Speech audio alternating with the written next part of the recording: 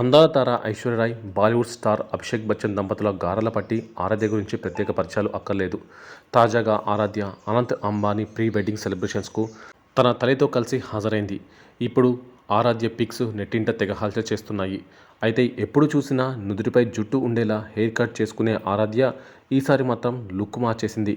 నుదుటిన పాపిడ తీసి hair leave చేసుకుంది. ఇందుకు సంబంధించిన ఫోటోలు నెట్టింట వైరల్గా మారాయి. ఆరాధ్య గెటప్ చూసిన జనాలు ఆశ్చర్యపోతున్నారు.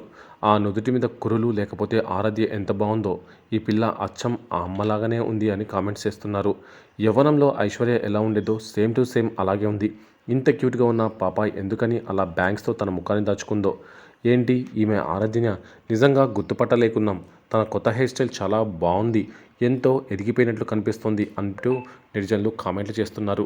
ఇక అభిషేక్ బచ్చన్, ఐశ్వర్యరాయ్ 2007లో వివాహం చేసుకోగా వీరికి 2011 నవంబర్ 16న ఆరాధ్య జన్మించింది.